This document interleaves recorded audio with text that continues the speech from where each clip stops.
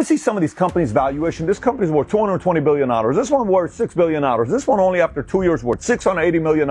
Why and how? It's called the subscription economy. According to a Forbes article, it says two companies, same top line revenue, 100 million, 100 million. This one has to go chase for its revenue every single month. They got to go sell again. But this one, it's subscription. Every month, people are paying $49.99. According to this Forbes article, this one could be worth 8 times more just because it's reoccurring versus this one. There's a reason for that. We're going to talk about that today. All right, so if you get value out of this video, give it a thumbs up, subscribe to the channel, but let's get right into it. On average, you and I spend $237 per month in subscription model products. That's $3,000 per year, give or take.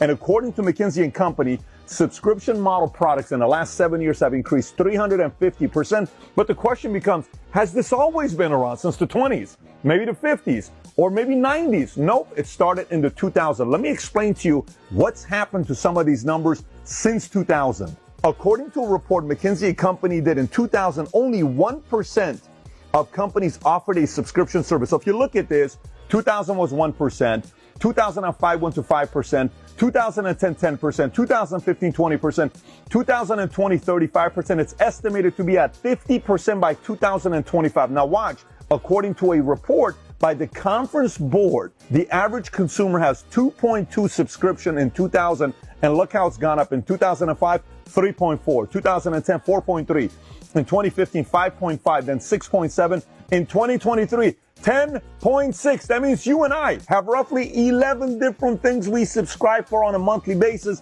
that helps increase the valuation of these companies. Now, you may be watching and saying, but Pat, when I think about subscription, I only think about Netflix, Spotify, or Amazon. So let's take a look at this. Launch Your Netflix got started in 1997, Spotify in 2008, Amazon Prime in 2005. Pricing, when they started doing their monthly subscription, Netflix is $8.99 a month. It starts at $9.99 at Spotify and $12.99 at Amazon Prime. Let's take a look at number of subscribers as of 2021. Netflix has over 200 million. Spotify has over 365 million. Obviously, that includes both free and paid.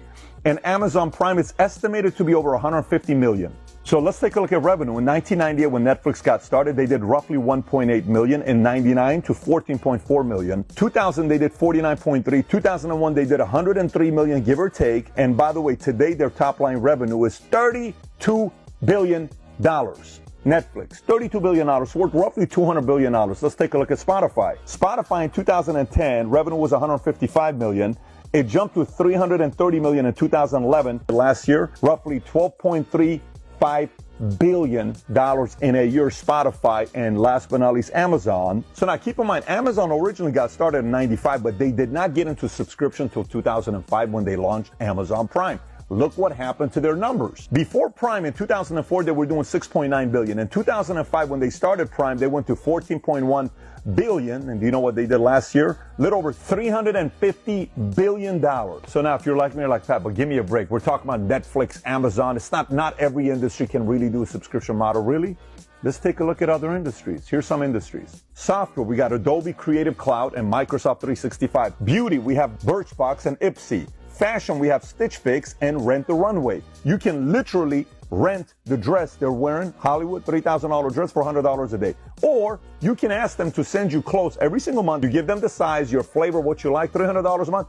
Every month something's being sent your way. It's purely a subscription model. Meal kits, Blue Apron or HelloFresh. Fitness, Peloton or Beachbody On Demand. Books, Audible or Kindle. Wine, you got Wink and Vinebox. Coffee, you got Trade Coffee and Atlas Coffee. Home goods, you got Grove Collaborative and you have Bespoke Post. Pet supplies, you got BarkBox and Kitnip Box. Health and wellness, you have Headspace and Calm.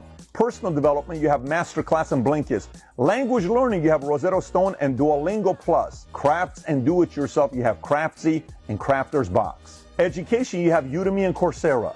And by the way, I've been in the insurance space for a long time. Why do you think these businesses are worth as much as they do? Because insurance is what? Reoccurring. Auto insurance, reoccurring. Health insurance, reoccurring. So now what are the advantages of having a subscription model as a company? Number one, you have recurring revenue. Number two, scalability. Number three, customer retention. Number four, enhanced customer engagement. 5, improved brand image. 6, rapid growth. 7, diverse industry presence. 8, data-driven insights. 9, flexibility and scalability. 10, innovative pricing structure. 11, market disruption. 12, expansion into B2B space. And just like any other business, if you don't take care of your customers, they're going to go somewhere else, which means you're dealing with the downfall of churn. You got to keep showing up. Competition, you got to keep getting better. Compliance, you got to make sure you meet those guidelines. So now you may be watching and saying, Pat, I'm not Netflix, I'm not Amazon, I'm not Spotify. What do I do about this? Look, the whole purpose of this video is to get you thinking.